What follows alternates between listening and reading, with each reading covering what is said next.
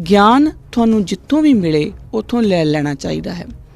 ਅਗਰ ਅਸੀਂ ਆਪਣੇ ਔਰ ਗਿਆਨ ਦੇ ਵਿਚਕਾਰ ਕਿਸੇ ਤਰ੍ਹਾਂ ਦੀ ਵੀ ਕੰਧ ਖੜੀ ਕਰਦੇ ਹਾਂ, ਚਾਹੇ ਉਹ ਹੰਕਾਰ ਦੀ ਕੰਧ ਹੋਵੇ, ਚਾਹੇ ਉਹ ਉਮਰ ਦੀ ਕੰਧ ਹੋਵੇ, ਚਾਹੇ ਉਹ ਗਿਆਨ ਦਾ ਹੰਕਾਰ ਹੋ ਜਾਏ, ਸਾਨੂੰ ਇਸ ਤਰੀਕੇ ਦਾ ਕੋਈ ਵੀ ਅਗਰ ਹੰਕਾਰ ਸਾਡੇ ਵਿੱਚ ਆ ਜਾਂਦਾ ਹੈ ਔਰ ਉਸ ਹੰਕਾਰ ਦੀ ਅਸੀਂ ਕੰਧ ਖੜੀ ਕਰ ਲੈਂਦੇ ਹਾਂ ਆਪਣੇ ਤੇ ਗਿਆਨ ਦੇ ਵਿਚਕਾਰ, ਤਾਂ ਉੱਥੇ ਹੀ ਅਸੀਂ ਗੁਰੂ ਅਮਰਦਾਸ ਪਾਤਸ਼ਾਹ ਨੂੰ ਪਿੱਠ ਦੇ ਦਿੰਦੇ ਹਾਂ।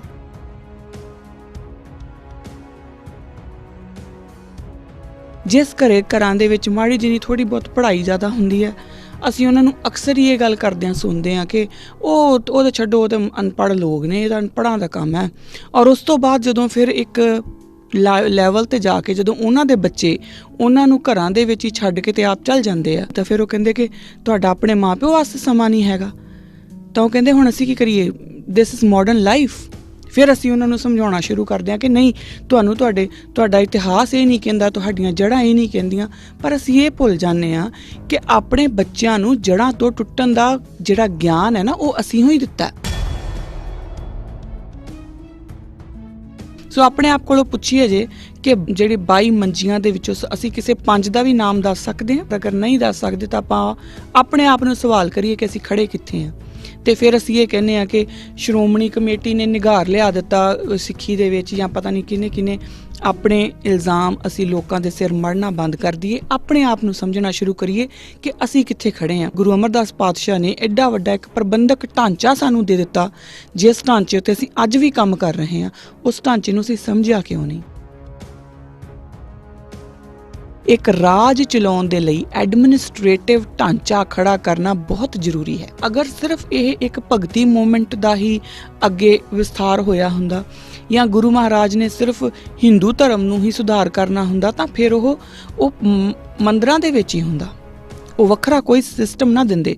ਪਰ ਇੱਥੇ ਗੱਲ ਰਾਜ ਦੀ ਹੈ ਕਿ ਗੁਰੂ ਨਾਨਕ ਪਾਤਸ਼ਾਹ ਸਿਰਫ ਸਾਨੂੰ ਇੱਕ ਧਰਮ ਦਾ ਢਾਂਚਾ ਨਹੀਂ ਦਿੰਦੇ, ਸਾਨੂੰ ਰਾਜ ਦਾ ਢਾਂਚਾ ਵੀ ਦਿੰਦੇ ਨੇ। ਜਿਹੜੇ MBA ਜਾਂ ਆਪਾਂ ਬਿਜ਼ਨਸ ਐਡਮਿਨਿਸਟ੍ਰੇਸ਼ਨ ਜਾਂ ਰਿਸੋਰਸ ਮੈਨੇਜਮੈਂਟ ਜਾਂ HR ਹਿਊਮਨ ਰਿਸੋਰਸ ਮੈਨੇਜਮੈਂਟ ਦੀਆਂ ਆਪਾਂ ਗੱਲਾਂ ਕਰਦੇ ਹਾਂ ਨਾ, ਜੋ ਵੱਡੀਆਂ ਵੱਡੀਆਂ ਡਿਗਰੀਜ਼ ਦੀਆਂ ਆਪਾਂ ਗੱਲਾਂ ਕਰਦੇ ਹਾਂ, ਉਹ ਸਾਨੂੰ ਗੁਰੂ ਮਹਾਰਾਜ ਸਾਡੇ ਪਹਿਲਾਂ ਹੀ ਸਿਖਾ ਕੇ ਜਾ ਰਹੇ ਨੇ। ਅਸੀਂ ਸਿੱਖਣ ਤੋਂ ਵਾਂਝੇ ਰਹਿ ਗਏ ਹਾਂ, ਉਹ ਗੱਲ ਵੱਖਰੀ ਹੈ, ਕਿਉਂਕਿ ਸਾਨੂੰ ਲੱਗਦਾ ਕਿ ਉਹ ਇੰਗਲਿਸ਼ ਵਿੱਚ ਨਹੀਂ ਸਿਖਾਇਆ ਗਿਆ, ਪਰ ਇਹ ਸਿਖਾਇਆ ਗਿਆ ਸਾਨੂੰ। ਗੁਰੂ ਮਹਾਰਾਜ ਨੇ ਸਾਡੇ ਨੇ ਉਹ ਢਾਂਚਾ ਸਾਨੂੰ ਦਿੱਤਾ।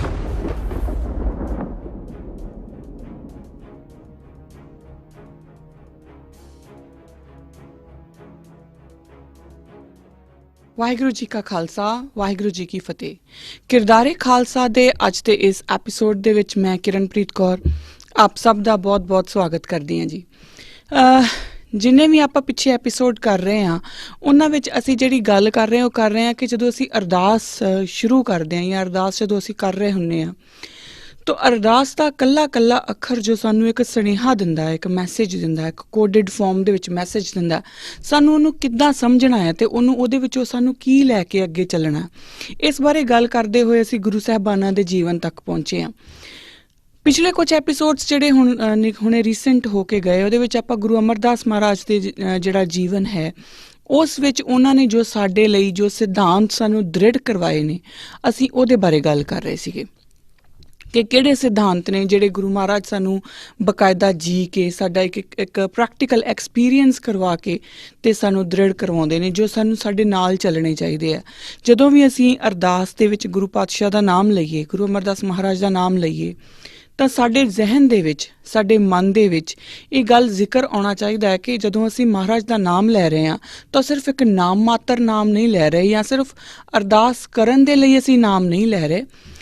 ਉਸ ਨਾਮ ਦੇ ਵਿੱਚ ਜੋ ਮੈਸੇਜ ਹੈ, ਜੋ ਨਿਯਮ, ਜੋ ਸਾਡੇ ਸਿਧਾਂਤ ਉਹਨਾਂ ਨੇ ਸਾਨੂੰ ਦ੍ਰਿੜ ਕਰਵਾਏ ਨੇ, ਸਾਨੂੰ ਜਿੰਨੀ ਵਾਰੀ ਅਰਦਾਸ ਦੇ ਵਿੱਚ ਗੁਰੂ ਪਾਤਸ਼ਾਹ ਦਾ ਨਾਮ ਲੈਣਾ, ਓਨੀ ਵਾਰੀ ਉਹ ਸਿਧਾਂਤ ਸਾਡੇ ਮਨ ਦੇ ਵਿੱਚ ਦ੍ਰਿੜ ਹੋਣੇ ਚਾਹੀਦੇ ਆ ਕਿ ਅਸੀਂ ਇਹ ਸਿਧਾਂਤ ਸਾਨੂੰ ਗੁਰੂ ਅਮਰਦਾਸ ਪਾਤਸ਼ਾਹ ਨੇ ਦਿੱਤੇ ਨੇ ਜਾਂ ਸਾਨੂੰ ਦ੍ਰਿੜ ਕਰਵਾਏ ਨੇ, ਸਾਡਾ ਐਕਸਪੈਰੀਮੈਂਟ ਔਰ ਬਕਾਇਦਾ ਪ੍ਰੈਕਟੀਕਲ ਕਰਕੇ ਉਹਨਾਂ ਨੇ ਸਾਨੂੰ ਸਮਝਾਏ ਨੇ, ਤੇ ਇਹ ਸਾਡੇ ਨਾਲ ਚੱਲਣੇ ਚਾਹੀਦੇ ਆ।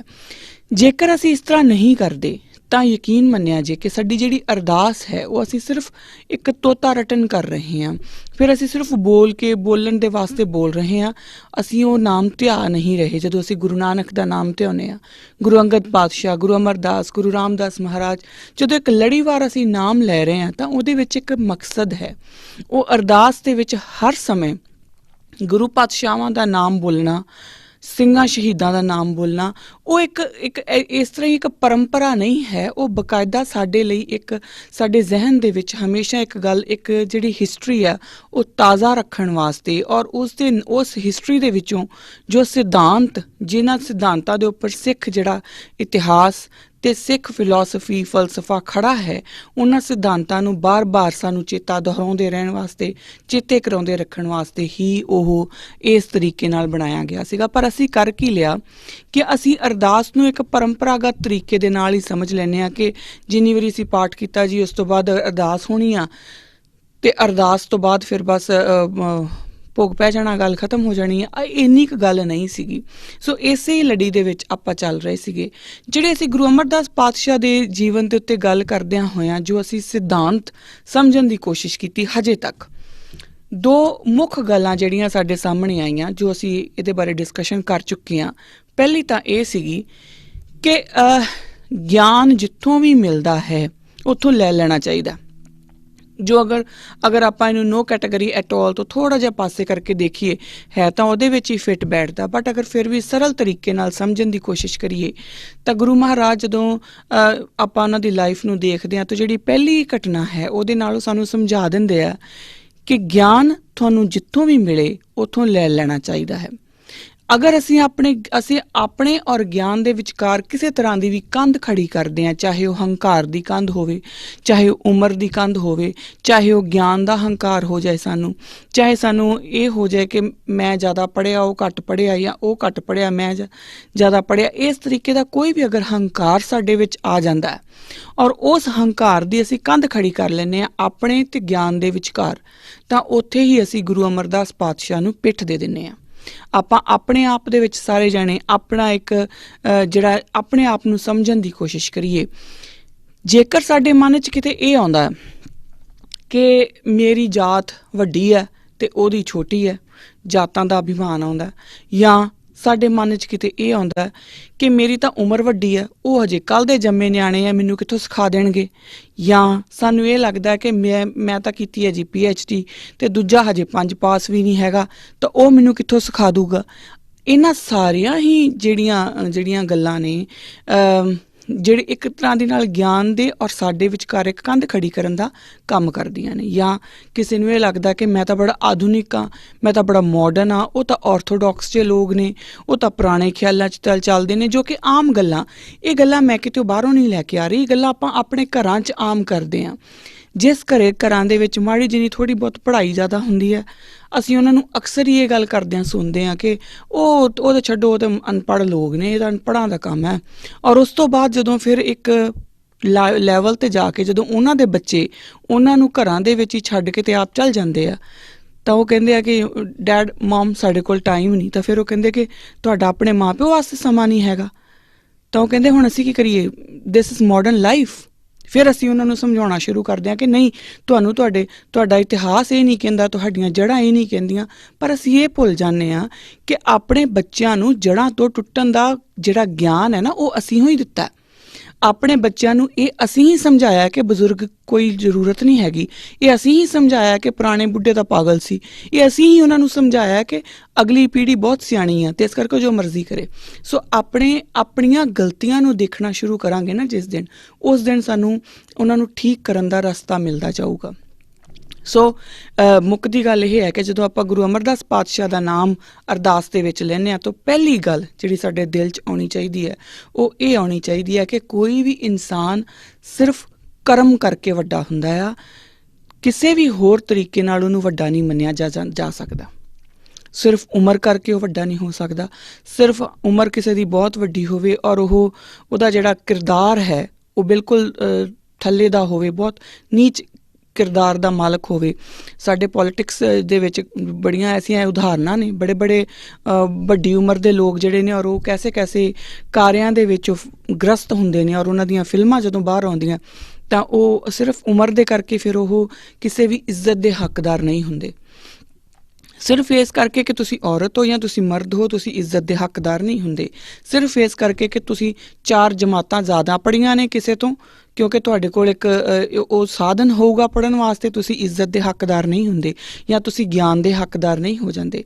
ਗਿਆਨ ਕਿਸੇ ਚੀਜ਼ ਦਾ ਵੀ ਮੁਹਤਾਜ ਨਹੀਂ। ਔਰ ਇਹ ਸਾਨੂੰ ਗੁਰੂ ਅਮਰਦਾਸ ਪਾਤਸ਼ਾਹ ਜਦੋਂ ਗੁਰਸਿੱਖੀ ਦੇ ਰਸਤੇ ਦੇ ਉੱਤੇ ਆਉਂਦੇ ਨੇ, ਜਾਂ ਇਹ ਕਹਿ ਲਓ ਕਿਉਂਕਿ ਗੁਰਸਿੱਖ ਤਾਂ ਉਹ ਸ਼ੁਰੂ ਤੋਂ ਹੀ ਉਸ ਆਤਮਾ ਦੇ ਵਿੱਚ ਉਹ ਕਪੈਸਿਟੀ ਹੋਊਗੀ ਕਿ ਜੋਤ ਉੱਥੇ ਟਰਾਂਸਫਰ ਹੋ ਸਕਦੀ ਸੀ। ਨਹੀਂ ਤੇ ਗੁਰੂ ਨਾਨਕ ਮਹਾਰਾਜ ਦੀ ਜੋਤ ਹੋਵੇ ਤਾਂ ਉਹ ਮਾਮੂਲੀ ਕਿਸੇ ਦੇ ਕੋਲ ਨਹੀਂ ਜਾ ਸਕਦੀ, ਉਹ ਪਹਿਲਾਂ ਤੋਂ ਹੀ ਕਪੈਸਿਟੀ ਹੋਊਗੀ।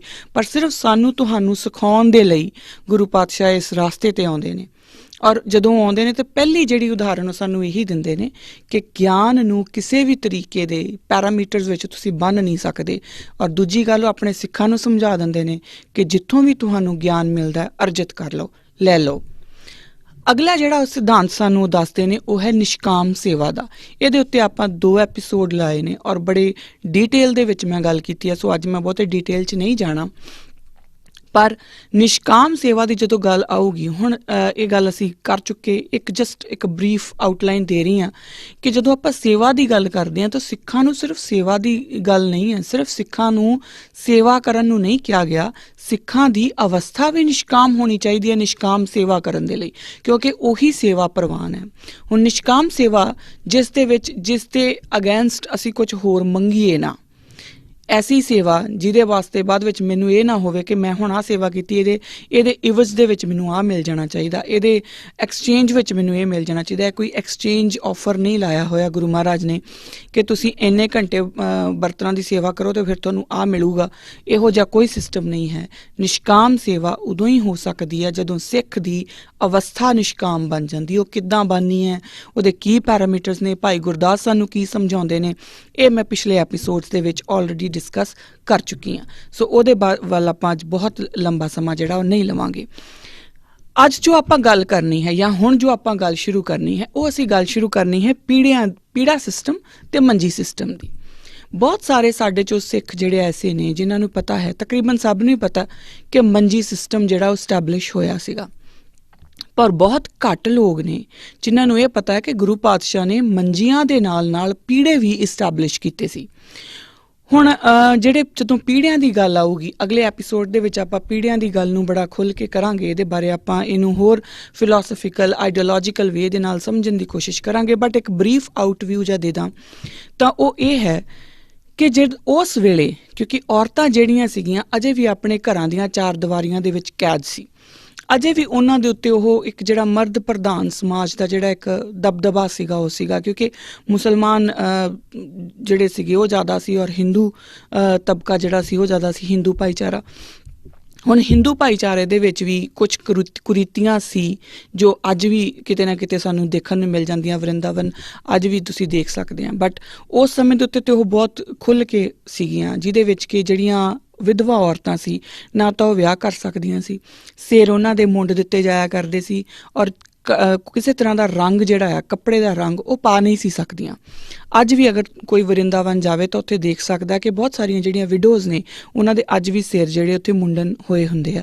ਸੋ ਇਹ ਸਾਰੀਆਂ ਉਦੋਂ ਕੁਰੀਤੀਆਂ ਸੀਗੀਆਂ। ਔਰ ਜਿਹੜੇ ਮੁਸਲਮਾਨ ਭਾਈਚਾਰੇ ਦੇ ਵਿੱਚ ਅੱਜ ਵੀ ਹੈ ਕਿ ਪਰਦਾ ਸਿਸਟਮ ਉਦੋਂ ਬਹੁਤ ਜ਼ਿਆਦਾ ਗੂੜ੍ਹ ਤਰੀਕੇ ਨਾਲ ਸੀਗਾ, ਅੱਜ ਵੀ ਹੈਗਾ ਵੈਸੇ ਤਾਂ, ਪਰ ਉਸ ਵੇਲੇ ਜਿਹੜਾ ਸੀਗਾ ਕਿ ਕੁਛ ਮੁਸਲਮਾਨ ਭਾਈਚਾਰੇ ਦੇ ਕੁਛ ਹਿੱਸਿਆਂ ਦੇ ਵਿੱਚ ਇੱਕ ਇਕੱਲੀ ਔਰਤ ਅਗਰ ਘਰ ਦੇ ਵਿੱਚ ਆਦਮੀ ਨਹੀਂ ਹੈ ਔਰ ਉਸਦੇ ਦਰਵਾਜ਼ੇ ਦੇ ਉੱਤੇ ਆ ਕੇ ਕੋਈ ਨੌਕ ਕਰਦਾ ਤਾਂ ਉਹ ਦਰਵਾਜ਼ੇ ਦੀ ਜਵਾਬ ਦੇਣ ਵੀ ਨਹੀਂ ਸੀ ਜਾ ਸਕਦੀ। ਸੋ ਇਸ ਤਰੀਕੇ ਦੀਆਂ ਜਿਹੜੀਆਂ ਜ਼ੰਜੀਰਾਂ ਸੀਗੀਆਂ ਉਹਨਾਂ ਦੀਆਂ ਆਪਣੀਆਂ ਮਾਨਤਾਵਾਂ ਹੋ ਸਕਦੀਆਂ, ਹਿੰਦੂ ਭਾਈਚਾਰੇ ਦੀਆਂ, ਮੁਸਲਿਮ ਭਾਈਚਾਰੇ ਦੀਆਂ। ਗਲਤ ਸਹੀ ਵਿੱਚ ਆਪਾਂ ਜਾਂਦੇ ਨਹੀਂ ਇਸ ਸਮੇਂ, ਕਿਉਂਕਿ ਇਸ ਸਮੇਂ ਸਾਡਾ ਉਹ ਟੌਪਿਕ ਨਹੀਂ।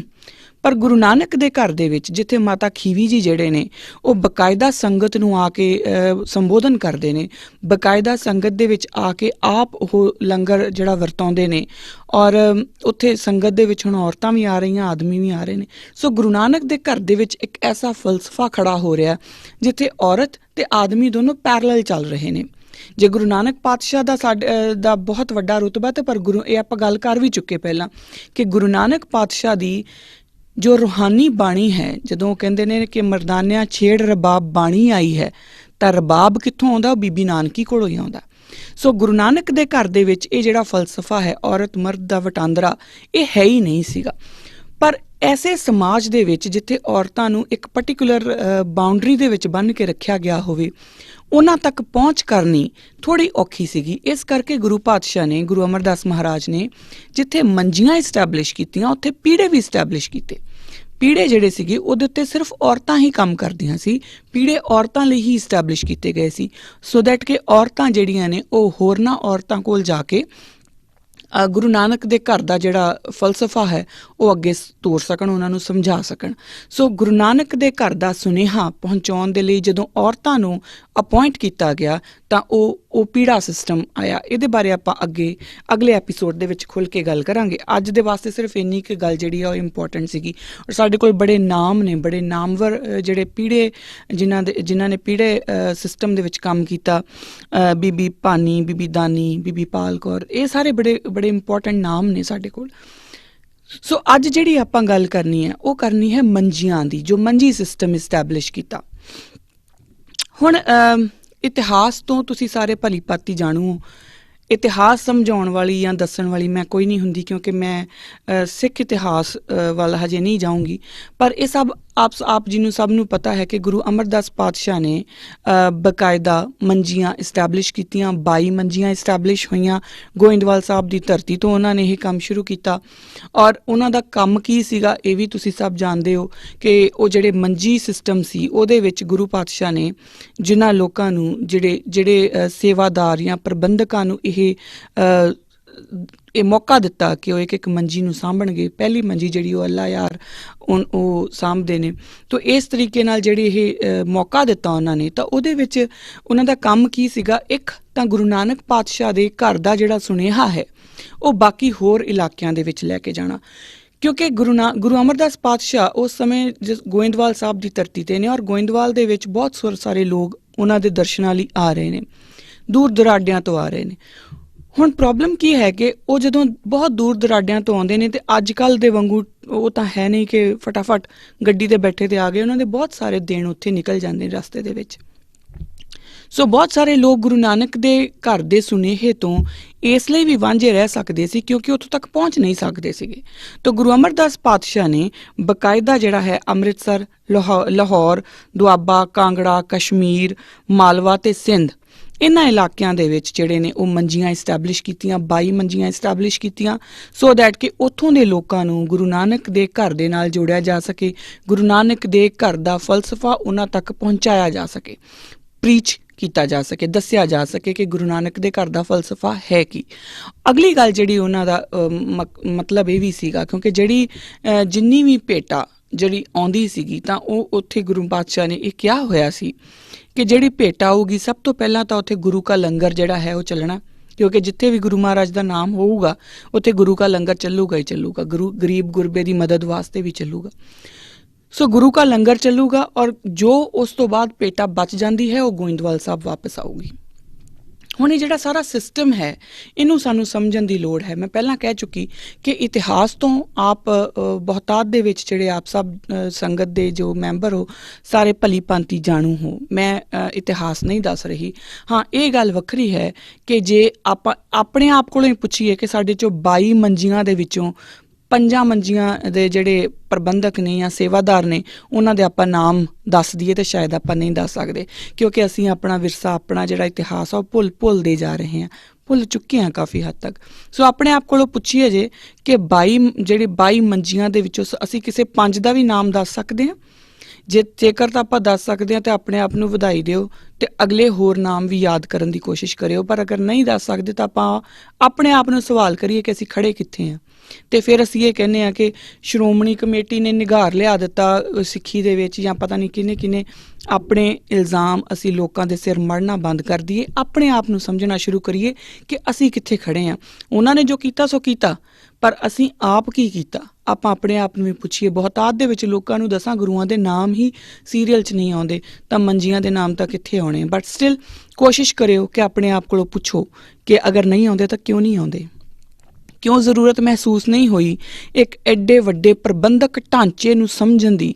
ਸਾਨੂੰ ਕਿਉਂ ਜ਼ਰੂਰਤ ਮਹਿਸੂਸ ਨਹੀਂ ਹੋਈ, ਸਾਨੂੰ ਕਿਉਂ ਨਹੀਂ ਲੱਗਾ ਕਿ ਅਸੀਂ ਆਪਣੇ ਗੁਰੂ, ਜੋ ਸਾਡੇ ਗੁਰੂ ਅਮਰਦਾਸ ਪਾਤਸ਼ਾਹ ਨੇ ਐਡਾ ਵੱਡਾ ਇੱਕ ਪ੍ਰਬੰਧਕ ਢਾਂਚਾ ਸਾਨੂੰ ਦੇ ਦਿੱਤਾ, ਜਿਸ ਢਾਂਚੇ ਉੱਤੇ ਅਸੀਂ ਅੱਜ ਵੀ ਕੰਮ ਕਰ ਰਹੇ ਹਾਂ, ਉਸ ਢਾਂਚੇ ਨੂੰ ਅਸੀਂ ਸਮਝਿਆ ਕਿਉਂ ਨਹੀਂ। ਖੈਰ, ਅੱਜ ਦਾ ਜਿਹੜਾ ਮੇਰਾ ਵਿਸ਼ਾ ਹੈ ਉਹ ਤੁਹਾਨੂੰ 22 ਮੰਜੀਆਂ ਦੇ ਨਾਮ ਯਾਦ ਕਰਾਉਣਾ ਤਾਂ ਬਿਲਕੁਲ ਨਹੀਂ, ਪਰ ਆਪਾਂ ਇਹ ਸਮਝ ਲਈਏ ਕਿ ਇਹਦੇ ਪਿੱਛੇ ਆਈਡੀਓਲੋਜੀਕਲ ਤੱਥ ਕੀ ਨੇ, ਇਹ ਸਮਝਣਾ ਬਹੁਤ ਜ਼ਰੂਰੀ ਹੈ। ਸੋ ਆਪਾਂ ਜਦੋਂ ਸਮਝਣ ਦੀ ਕੋਸ਼ਿਸ਼ ਕਰਾਂਗੇ ਕਿ ਵਾਹਿਗੁਰੂ ਜਾਂ ਗੁਰੂ ਮਹਾਰਾਜ ਸਾਨੂੰ ਸਮਝਾਉਣਾ ਕੀ ਚਾਹ ਰਹੇ ਨੇ, ਮੰਜੀਆਂ ਇਸਟੈਬਲਿਸ਼ ਕਰਕੇ ਉਹ ਕੀ ਸਮਝਾਉਣਾ ਚਾਹ ਰਹੇ ਨੇ। ਪ੍ਰੀਚਿੰਗ ਦੀ ਗੱਲ ਤਾਂ ਹੋ ਗਈ, ਜੋ ਕਿ ਆਮ ਸਾਨੂੰ ਕਿਸੇ ਕਹਾਣੀਆਂ ਦੇ ਵਿੱਚ ਮਿਲ ਜੂਗਾ, ਸਾਨੂੰ ਜਨਮ ਸਾਖੀਆਂ 'ਚ ਮਿਲ ਜੂਗਾ, ਜਾਂ ਵੈਸੇ ਸਾਨੂੰ ਆਪਣੇ ਇਤਿਹਾਸ ਦੇ ਵਿੱਚ ਮਿਲ ਜੂਗਾ ਕਿ ਗੁਰੂ ਅਮਰਦਾਸ ਪਾਤਸ਼ਾਹ ਨੇ 22 ਮੰਜੀਆਂ ਸਥਾਪਿਤ ਕੀਤੀਆਂ। 22 ਮੰਜੀਆਂ ਦੇ ਉੱਤੇ ਜਿਹੜੇ ਨੇ ਉਹ ਲੋਕ ਗਏ ਔਰ ਉਹਨਾਂ ਨੇ ਬਕਾਇਦਾ ਗੁਰੂ ਦਾ ਜਿਹੜਾ ਨਾਮ ਹੈ ਉਹਨੂੰ ਅੱਗੇ ਪ੍ਰੀਚ ਕੀਤਾ, ਗੁਰੂ ਮਹਾਰਾਜ ਦਾ ਸੁਨੇਹਾ ਅੱਗੇ ਪ੍ਰੀਚ ਕੀਤਾ। ਉਹ ਗੱਲ ਤਾਂ ਸਾਨੂੰ ਮਿਲ ਜਾਊਗੀ। ਗੱਲ ਸਮਝਣ ਵਾਲੀ ਇਹ ਹੈ ਕਿ ਗੁਰੂ ਮਹਾਰਾਜ ਸਾਨੂੰ ਸਮਝਾਉਣਾ ਕੀ ਚਾਹ ਰਹੇ ਨੇ, ਉਹ ਇਸ ਮੰਜੀ ਸਿਸਟਮ ਦੇ ਜ਼ਰੀਏ ਸਾਨੂੰ ਕਿਹੜਾ ਮਾਡਲ ਦੇਣਾ ਚਾਹ ਰਹੇ ਨੇ ਜੋ ਅਸੀਂ ਮਿਸ ਕਰ ਰਹੇ ਹਾਂ।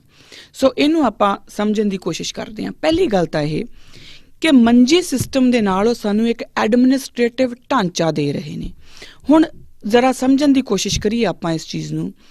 ਜਿਹੜੇ ਲੋਕ ਨੇ ਜੋ ਗੁਰੂ ਘਰ ਦੇ ਨਾਲ ਜੁੜ ਰਹੇ ਨੇ, ਜੋ ਗੁਰੂ ਘਰ ਦੇ ਨਾਲ ਜੁੜੇ ਨੇ, ਗੁਰੂ ਨਾਨਕ ਦੇ ਘਰ ਦੇ ਨਾਲ ਜੁੜੇ ਨੇ, ਉਹ ਕੌਣ ਲੋਕ ਨੇ?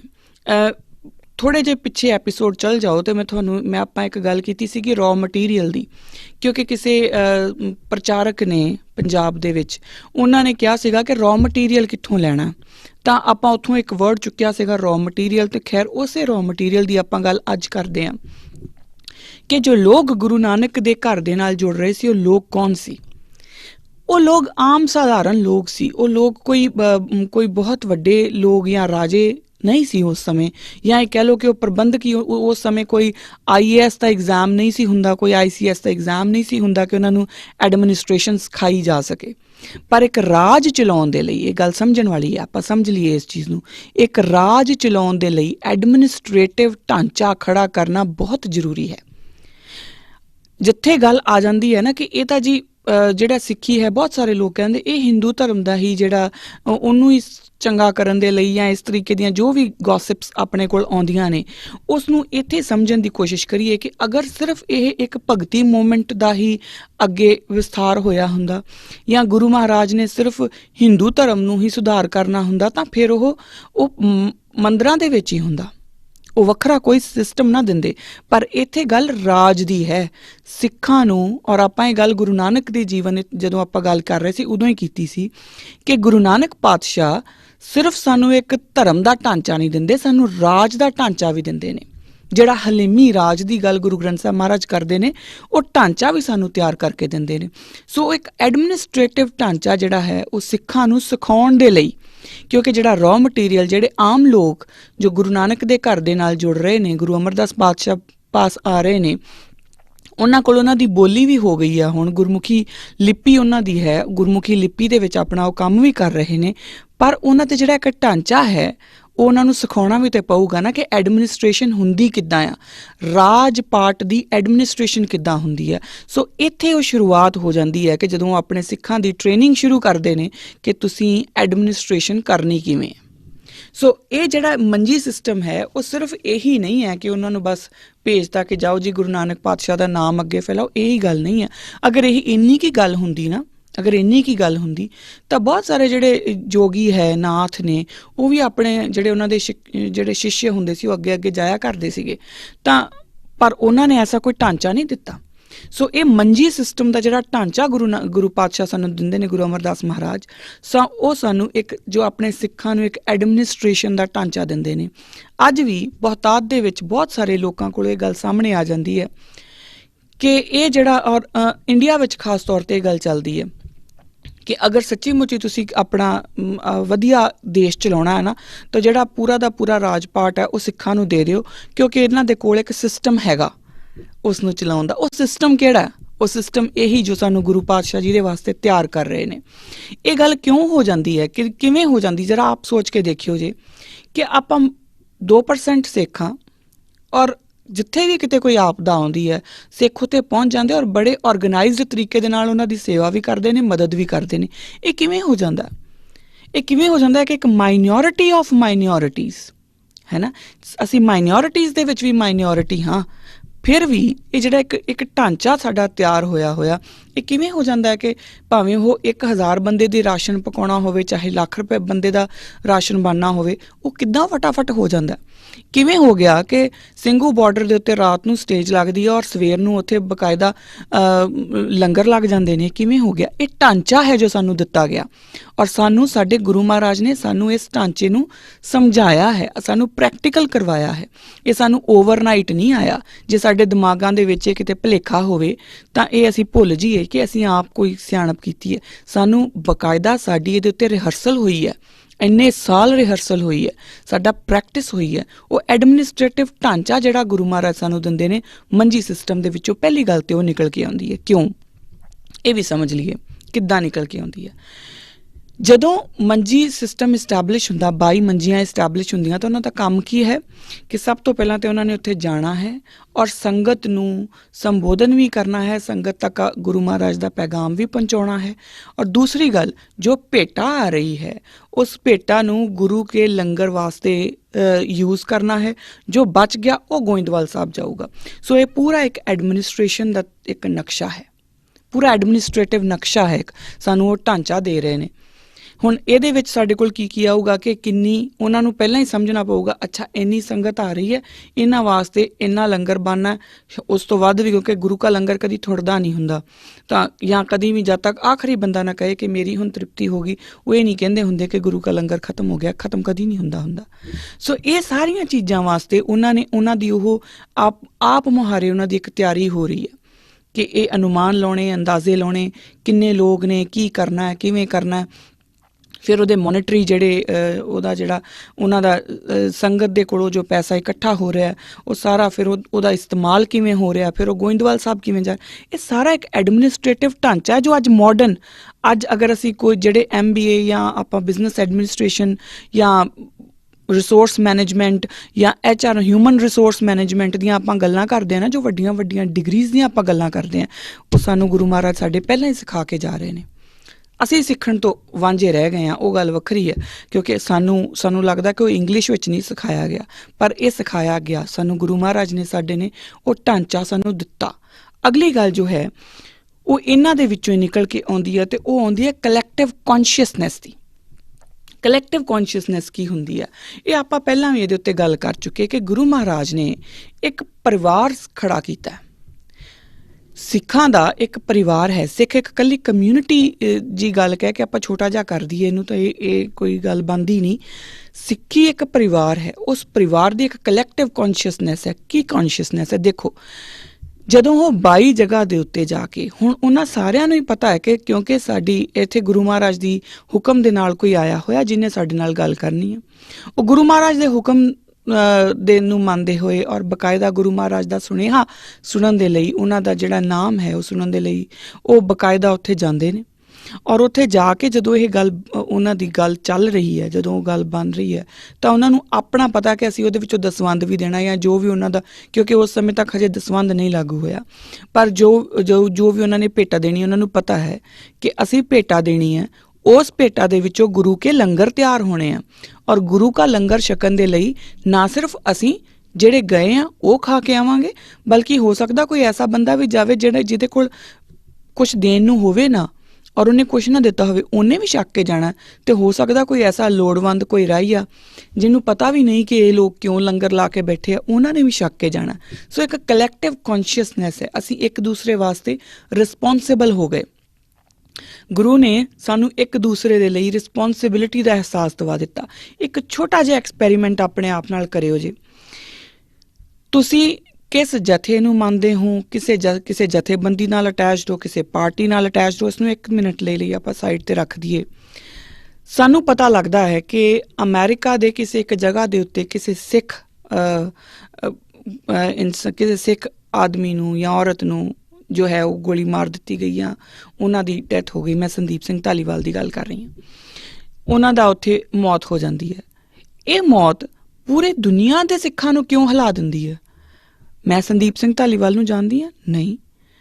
ਕੋਈ ਹੋਰ ਜਾਣਦਾ ਸੀ? ਨਹੀਂ। ਜਿਨ੍ਹਾਂ ਦੇ ਉਹ ਰਿਸ਼ਤੇਦਾਰ ਹੋਣਗੇ ਉਹਨਾਂ ਨੂੰ ਤਾਂ ਦੁੱਖ ਹੋਣਾ ਹੀ ਹੋਣਾ ਸੀ। ਮੈਨੂੰ ਕਿਉਂ ਦੁੱਖ ਹੁੰਦਾ?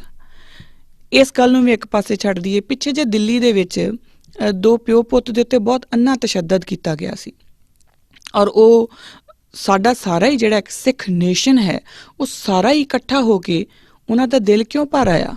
ਸਾਡੇ ਉਹ ਕੀ ਲੱਗਦੇ ਸੀ? ਕਿਆ ਅਸੀਂ ਉਹਨਾਂ ਨੂੰ ਕਦੀ ਵੇਖਿਆ ਸੀ? ਨਹੀਂ ਦੇਖਿਆ। ਕਦੀ ਅਸੀਂ ਦੁਬਾਰਾ ਮਿਲਾਂਗੇ? ਨਹੀਂ ਮਿਲਾਂਗੇ। ਸ਼ਾਇਦ ਮਿਲ ਵੀ ਲਈਏ ਪਰ ਸ਼ਾਇਦ ਨਹੀਂ ਵੀ ਮਿਲੀਏ, ਸ਼ਾਇਦ ਅਸੀਂ ਉਹਨਾਂ ਨੂੰ ਕਦੀ ਦੁਬਾਰਾ ਦੇਖੀਏ ਵੀ ਨਾ। ਪਰ ਸਾਡੇ ਦਿਲਾਂ ਦੇ ਵਿੱਚ ਇੱਕ ਦੂਸਰੇ ਨੂੰ ਲੈ ਕੇ ਉਹ ਤੜਫ ਕਿਉਂ ਆਈ? ਅਸੀਂ ਕਿਉਂ ਨਹੀਂ ਉਹਨੂੰ ਪੁੱਛਿਆ ਕਿ ਤੂੰ ਕਿਹਨੂੰ ਮੰਨਦਾ? ਪਹਿਲਾਂ ਤਾਂ ਇਹ ਦੱਸ, ਤੂੰ ਕਿਹੜੇ ਡੇਰੇ ਤੇ ਜਾਣਾ ਜਾਂ ਕਿਹੜੇ ਅਸੀਂ ਕਿੱਥੋਂ ਪਹਿਚਾਣ ਲਿਆ? ਸਿਰਫ ਉਹਨਾਂ ਨੇ ਪੱਗ ਬੰਨੀ ਹੋਈ ਸੀ ਔਰ ਗੁਰੂ ਮਹਾਰਾਜ ਦੇ ਬਖਸ਼ੇ ਹੋਏ ਕਕਾਰ ਉਹਨਾਂ ਦੇ ਕੋਲ ਸੀ, ਔਰ ਸਾਨੂੰ ਇਹ ਸਮਝ ਲੱਗ ਗਈ ਕਿ ਇਹ ਸਾਡੀ ਪਰਿਵਾਰ ਦਾ ਹਿੱਸਾ ਹੈ। ਔਰ ਸਾਡੇ ਅੰਦਰੋਂ ਜਿਹੜੀ ਟੀਸ ਨਿਕਲੀ ਹੈ ਉਹ ਓਨੀ ਹੀ ਜ਼ੋਰਦਾਰ ਟੀਸ ਨਿਕਲੀ ਜਿੰਨੀ ਸਾਨੂੰ ਸਾਡੇ ਸਕੇ ਭਰਾ ਜਾਂ ਸਕੇ ਆਪਣੇ ਰਿਸ਼ਤੇਦਾਰ, ਕਿਸੇ ਵੀ ਰਿਸ਼ਤੇਦਾਰ, ਚਾਚੇ ਤਾਏ, ਮਾਮੇ ਮਾਸੀਆਂ, ਮਾਂ ਬਾਪ, ਕਿਸੇ ਵਾਸਤੇ ਵੀ ਜਿਸ ਤਰ੍ਹਾਂ ਦੀ ਪੀੜ ਆਉਂਦੀ, ਸਾਨੂੰ ਉਸੇ ਤਰ੍ਹਾਂ ਦੀ ਹੀ ਪੀੜ ਆਉਂਦੀ ਹੈ ਇੱਕ ਦੂਸਰੇ ਨੂੰ ਵੇਖ ਕੇ ਜਦੋਂ ਅਸੀਂ ਕਿਸੇ ਪਰੇਸ਼ਾਨੀ 'ਚ ਹੁੰਦੇ ਹਾਂ। ਇਹ ਗੱਲ ਵੱਖਰੀ ਹੈ ਕਿ ਜਦੋਂ ਅਸੀਂ ਇੱਕ ਦੂਸਰੇ ਦੇ ਨਾਲ ਗੱਲ ਕਰਨ ਜਾਈਏ ਨਾ ਤਾਂ ਫਿਰ ਸਾਡੀ ਕਦੀ ਸਾਡਾ ਕੋਈ ਮੈਚ ਹੀ ਨਹੀਂ ਹੁੰਦਾ, ਫਿਰ ਅਸੀਂ ਲੜਦੇ ਵੀ ਬਹੁਤ ਹਾਂ। ਪਰ ਜਦੋਂ ਉਹੀ ਬੰਦਾ ਜਿਹੜਾ ਕਿਸੇ ਇੱਕ ਹੋਰ ਸਟੇਟ ਦੇ ਵਿੱਚ ਹੋਵੇ, ਕਿਤੇ ਹੋਰ ਜਾ ਕੇ ਉਸ ਨਾਲ ਕੋਈ ਧੱਕਾ ਹੋ ਰਿਹਾ, ਸਾਡੇ ਦਿਲ ਕਿਉਂ ਪਸੀਜ ਜਾਂਦੇ ਆ? ਕਿਉਂਕਿ ਗੁਰੂ ਮਹਾਰਾਜ ਨੇ ਸਾਡੀ ਇੱਕ ਕਲੈਕਟਿਵ ਕੌਨਸ਼ੀਅਸਨੈਸ ਖੜੀ ਕੀਤੀ ਹੈ। ਸਾਨੂੰ ਉਹਨਾਂ ਨੇ ਇੱਕ ਪਰਿਵਾਰ ਦੇ ਵਿੱਚ ਬੰਨਿਆ, ਇੱਕ ਪਰਿਵਾਰ ਦੇ ਵਿੱਚ ਪਰੋਇਆ। ਉਸ ਪਰਿਵਾਰ ਦੇ ਕਰਕੇ, ਕਿਉਂਕਿ ਮੈਂ ਚਾਹੇ ਆਪਣੇ ਕਿਸੇ ਭਾਈ ਨੂੰ ਜੋ ਮੇਘਾਲਿਆ ਦੇ ਵਿੱਚ ਰਹਿ ਰਿਹਾ ਹੋਵੇ ਉਹਨੂੰ ਕਦੀ ਵੇਖਿਆ ਵੀ ਨਾ ਹੋਏ, ਪਰ ਮੇਰੇ ਲਈ ਮੈਂ ਆਪਣੇ ਆਪ ਨੂੰ ਉਹਦੇ ਲਈ ਰਿਸਪੌਂਸਿਬਲ ਮੰਨਦੀ ਹਾਂ। ਤੁਸੀਂ ਮੈਨੂੰ ਜਾਣਦੇ ਵੀ ਨਾ ਹੋ, ਪਰ ਕੱਲ੍ਹ ਨੂੰ ਅਗਰ ਮੈਨੂੰ ਕਿਤੇ ਕੋਈ ਪ੍ਰੋਬਲਮ ਹੁੰਦੀ ਆ, ਤੁਹਾਡੇ ਦਿਲ ਮੇਰੇ ਕਰਕੇ ਰੋਣਗੇ। ਕਿਉਂਕਿ ਤੁਸੀਂ ਮੇਰੇ ਲਈ ਆਪਣੇ ਆਪ ਨੂੰ ਰਿਸਪੌਂਸਿਬਲ ਸਮਝਦੇ ਹੋ, ਕਿਉਂਕਿ ਸਾਡੇ ਗੁਰੂ ਨੇ ਸਾਨੂੰ ਇਹ ਸਟਰਕਚਰ ਬਣਾ ਕੇ ਦਿੱਤਾ, ਸਾਨੂੰ ਇਹ ਢਾਂਚਾ ਖੜਾ ਕਰਕੇ ਦਿੱਤਾ। ਸੋ ਇਹ ਜਿਹੜਾ ਮੰਜੀ ਸਿਸਟਮ ਹੈ, ਇਹਦੇ ਵਿੱਚੋਂ ਇਹ ਢਾਂਚਾ ਜਿਹੜਾ ਜ਼ਿਆਦਾ ਉੱਭਰ ਕੇ ਆਉਂਦਾ। ਕਿਉਂਕਿ ਉਸ ਤੋਂ ਪਹਿਲਾਂ ਕੀ ਹੈ ਕਿ ਜਦੋਂ ਵੀ ਕਿਸੇ ਸਿੱਖ ਨੇ ਮਿਲਣਾ ਹੈ ਤਾਂ ਉਹਨੇ ਆਪਣੇ ਗੁਰੂ ਵੱਲ ਉਹਨੂੰ ਖਿੱਚਿਆ, ਉਹਨੇ ਆਪਣੇ ਗੁਰੂ ਕੋਲ ਜਾਣਾ, ਤਾਂ ਉਹ ਗੋਇੰਦਵਾਲ ਸਾਹਿਬ ਆਉਂਦੇ ਆ, ਉੱਥੇ ਆ ਕੇ ਉਹਨਾਂ ਨੇ ਗੁਰੂ ਪਾਤਸ਼ਾਹ ਨੂੰ ਮਿਲਣਾ। ਪਰ ਹੁਣ ਇਸ ਟਾਈਮ 'ਤੇ ਹੋ ਕੀ ਰਿਹਾ ਕਿ ਜੋ ਮੰਜੀਆਂ ਇਸਟੈਬਲਿਸ਼ ਹੋਈਆਂ, ਜੋ ਉੱਥੇ ਜਾ ਕੇ ਗੁਰੂ ਦਾ ਪੈਗਾਮ ਸੁਣ ਰਹੇ ਨੇ, ਜੋ ਸੁਣਾ ਰਹੇ ਨੇ, ਜੋ ਮੰਜੀ, ਕਿਉਂਕਿ ਮੰਜੀ ਇੱਕ ਕੋਟ ਵਾਂਗੂ ਹੁੰਦੀ ਥੋੜ੍ਹੀ ਜਿਹੀ ਉੱਪਰ, ਤਾਂ ਉੱਥੇ ਬੈਠ ਕੇ ਜਦੋਂ ਗੁਰੂ ਦਾ ਜਿਹੜਾ ਸੁਨੇਹਾ ਹੈ ਉਹ ਸੁਣਾ ਰਹੇ ਨੇ, ਤਾਂ ਉਹਦੇ ਨਾਲ ਉਹ ਆਪਣੀ ਕਿਰਤ ਕਮਾਈ ਦੇ ਵਿੱਚੋਂ ਉੱਥੇ ਭੇਟਾ ਵੀ ਦੇ ਰਹੇ ਨੇ। ਫਿਰ ਉਹ ਲੰਗਰ ਵੀ ਲੱਗ ਰਿਹਾ, ਉਸੇ ਪੰਗਤ ਦੇ ਵਿੱਚ ਬੈਠ ਕੇ ਇੱਕ ਪਰਿਵਾਰ ਵਾਂਗੂ ਲੰਗਰ ਵੀ ਛਕ ਰਹੇ ਨੇ। ਇੱਕ ਸਿੱਖਾਂ ਦਾ ਇੱਕ ਛੋਟਾ ਜਿਹਾ ਪਰਿਵਾਰ ਜਿਹੜਾ ਹੈ ਉਹ ਕਸ਼ਮੀਰ 'ਚ ਵੀ ਬਣ ਗਿਆ, ਉਹ ਸਿੰਧ ਦੇ ਵਿੱਚ ਵੀ ਬਣ ਗਿਆ, ਉਹ ਦੁਆਬੇ ਵਿੱਚ ਵੀ ਬਣ ਗਿਆ, ਉਹ ਅੰਮ੍ਰਿਤਸਰ ਵਿੱਚ ਵੀ ਬਣ ਗਿਆ। ਔਰ ਫਾਈਨਲੀ ਜਦੋਂ ਕਿਤੇ ਉਹ ਇਕੱਠੇ ਹੋ ਕੇ ਗੁਰੂ ਮਹਾਰਾਜ ਦੇ ਦਰਸ਼ਨਾਂ ਲਈ ਗੋਇੰਦਵਾਲ ਸਾਹਿਬ ਜਾਂਦੇ ਹੋਣਗੇ, ਤਾਂ ਉਹ ਪੂਰਾ ਪਰਿਵਾਰ, ਜਿੱਦਾਂ ਆਪਾਂ ਕਿਸੇ ਵਿਆਹ 'ਤੇ ਜਾਈਏ ਅਤੇ ਚਾਚੇ ਵੀ ਆ ਗਏ, ਉਹ ਮਾਮੇ ਵੀ ਆ ਗਏ, ਉਹ ਤਾਏ ਵੀ ਆ ਗਏ, ਉਹ ਉਸ ਤਰੀਕੇ ਨਾਲ ਆ ਕੇ ਫਿਰ ਉੱਥੇ ਇਕੱਠੇ ਹੋ ਜਾਂਦੇ ਹੋਣਗੇ। ਜਰਾ ਆਪਣੀ ਜਿਹੜੀ ਕੌਨਸ਼ੀਅਸ ਹੈ ਉਹਨੂੰ ਉਸ ਲੈਵਲ ਦੇ ਉੱਤੇ, ਉਸ ਜਗ੍ਹਾ ਦੇ ਉੱਤੇ ਲੈ ਕੇ ਜਾ ਕੇ ਦੇਖਿਓ ਕਿ ਕਿੱਦਾਂ ਦਾ ਮੰਜ਼ਰ ਹੁੰਦਾ ਹੋਊਗਾ। ਔਰ ਫਿਰ ਹੌਲੀ ਕਰਦਿਆਂ ਸਾਡੀ ਇਹ ਇੰਨੀ ਜ਼ਿਆਦਾ ਰਿਹਰਸਲ ਹੋ ਗਈ ਇਸ ਚੀਜ਼ ਦੀ ਕਿ ਅੱਜ ਚਾਹੇ ਸਾਡੇ ਵਿੱਚ ਵੰਡੀਆਂ ਪਈਆਂ ਨੇ, ਚਾਹੇ ਸਾਡੇ ਵਿੱਚ ਲੜਾਈਆਂ ਪਈਆਂ ਨੇ, ਪਰ ਉਹ ਕੌਨਸ਼ੀਅਸਨੈਸ ਕਿਤੇ ਨਾ ਕਿਤੇ ਅੱਜ ਵੀ ਜ਼ਿੰਦੀ ਹੈ। ਅੱਜ ਵੀ ਉਹ ਕੌਨਸ਼ੀਅਸਨੈਸ ਜੀਂਦੀ ਹੈ। ਉਹ ਕੌਨਸ਼ੀਅਸਨੈਸ ਮਰੀ ਨਹੀਂ, ਮਰਨੀ ਵੀ ਨਹੀਂ, ਕਿਉਂਕਿ ਉਹ ਕੌਨਸ਼ੀਅਸਨੈਸ ਗੁਰੂ ਨਾਨਕ ਨੇ ਸਾਨੂੰ ਬਖਸ਼ੀ ਹੈ। ਅਗਲੀ ਗੱਲ ਜੋ ਹੈ, ਜੋ ਇੰਪੋਰਟੈਂਟ ਹੈ, ਮੇਰੇ ਕੋਲ ਸਮਾਂ ਘੱਟ ਹੈ ਪਰ ਮੈਂ ਇਹ ਗੱਲ ਖਤਮ ਕਰੂੰਗੀ ਆਪਣਾ ਅੱਜ ਦੀਆਂ ਬੇਨਤੀਆਂ ਪੂਰੀਆਂ ਕਰਨ ਤੋਂ ਪਹਿਲਾਂ। ਜੋ ਅਗਲੀ ਗੱਲ ਹੈ ਉਹ ਹੈ ਲੀਡਰਸ਼ਿਪ ਦੀ। ਸਾਨੂੰ ਗੁਰੂ ਪਾਤਸ਼ਾਹ ਇਸ ਮੰਜੀ ਸਿਸਟਮ ਦੇ ਵਿੱਚੋਂ ਇੱਕ ਲੀਡਰਸ਼ਿਪ ਦੀ ਭਾਵਨਾ ਵੀ ਦਿੰਦੇ ਨੇ, ਕਿਉਂਕਿ ਉਹ ਜੋ ਆਮ ਲੋਕ ਨੇ ਉਹਨਾਂ ਦੇ ਵਿੱਚੋਂ, ਜਿੱਦਾਂ ਆਪਾਂ ਗੱਲ ਕਰ ਲਈ, ਜੋ ਮੈਂ ਜਿਹਨੂੰ ਅੱਲਾ ਸ਼ਾਹ ਵੀ ਕਹਿੰਦੇ ਨੇ, ਅੱਲਾ ਯਾਰ ਵੀ ਨਾਮ, ਅੱਲਾ ਸ਼ਾਹ ਵੀ ਉਹਨਾਂ ਨੂੰ ਕਹਿੰਦੇ, ਜੋ ਫਸਟ ਮੰਜੀ ਹੈ ਉਹ ਬਕਾਇਦਾ ਇੱਕ ਪਠਾਨ ਟਰੇਡਰ ਹੈ। ਹੁਣ ਉਸ ਨੂੰ ਲੀਡਰਸ਼ਿਪ ਦੇ ਨਾਲ ਉਹਦਾ ਕੀ ਲੈਣਾ ਦੇਣਾ? ਉਹ ਪਠਾਨ ਹੈ, ਟਰੇਡਰ ਹੈ, ਬਸ ਆਉਂਦਾ ਜਾਂਦਾ ਆਪਣਾ ਕੰਮ ਕਰਦਾ। ਫਿਰ ਭਾਈ ਫੇਰਾ ਜਿਹੜੇ ਨੇ ਉਹ ਜੋਗੀਆਂ ਦੇ ਵਿੱਚੋਂ ਨਿਕਲੇ ਨੇ, ਉਹ ਜੋਗੀ ਸੀ ਪਹਿਲਾਂ, ਉਸ ਤੋਂ ਬਾਅਦ ਉਹ ਗੁਰੂ ਨਾਨਕ ਦੇ ਘਰ ਦੇ ਨਾਲ ਜਦੋਂ ਲੱਗਦੇ ਨੇ ਉਹ ਫਿਰ ਸਿੱਖ ਹੋ ਜਾਂਦੇ ਨੇ। ਤਾਂ ਉਹਨਾਂ ਦਾ ਵੀ ਕੋਈ ਐਸੀ ਟ੍ਰੇਨਿੰਗ ਤਾਂ ਹੈ ਨਹੀਂ। ਇਸ ਤਰੀਕੇ ਨਾਲ ਹਰ ਕੋਈ ਜੱਟ ਹੈ, ਕੋਈ ਕਿਸੇ ਜਾਤ ਦਾ, ਕੋਈ ਕਿਸੇ ਜਾਤ ਦਾ, ਪਰ ਜਦੋਂ ਗੁਰੂ ਨਾਨਕ ਦੇ ਘਰ ਦੇ ਵਿੱਚ ਆ ਜਾਂਦੇ ਨੇ, ਉਹ ਜਾਤਾਂ ਪਾਤਾਂ ਉਹਨਾਂ ਦੀਆਂ ਖਤਮ ਹੋ ਜਾਂਦੀਆਂ ਔਰ ਉਹ ਸਿਰਫ ਗੁਰੂ ਦੇ ਸਿੱਖ ਹੋ ਜਾਂਦੇ ਨੇ।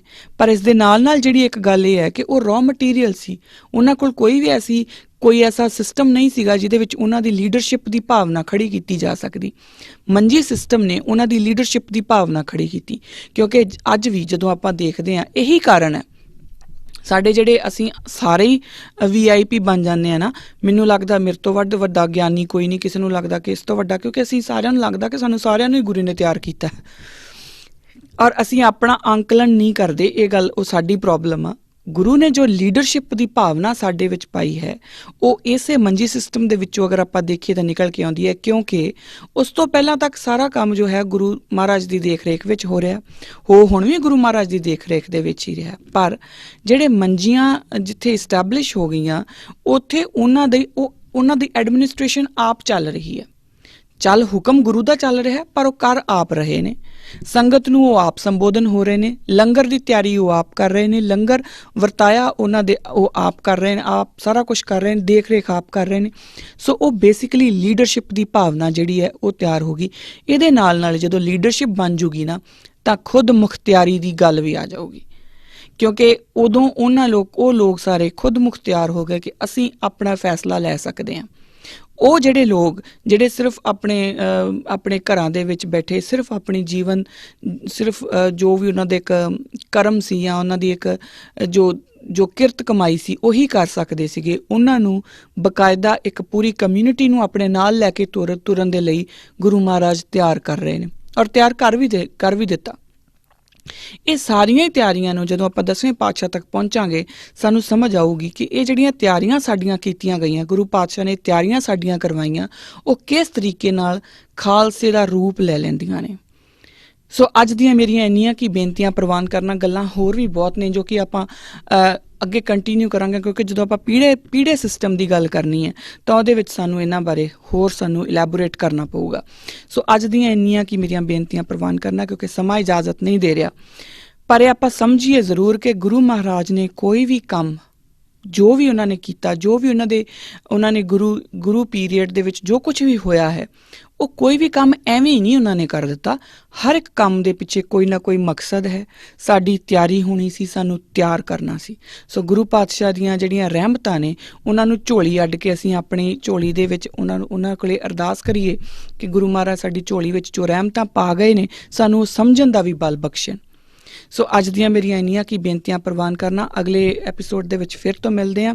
ਤਦ ਤੱਕ ਦੇ ਲਈ ਅਗਰ ਮੇਰੇ ਕੋਲ ਕੋਈ ਗਲਤੀ ਹੋ ਗਈ ਹੋਵੇ ਤਾਂ ਆਪਣੀ ਬੱਚੀ, ਆਪਣੀ ਭੈਣ ਸਮਝ ਕੇ ਮੈਨੂੰ ਮਾਫ ਕਰਨਾ ਜੀ। ਵਾਹਿਗੁਰੂ ਜੀ ਕਾ ਖਾਲਸਾ, ਵਾਹਿਗੁਰੂ ਜੀ ਕੀ ਫਤਿਹ।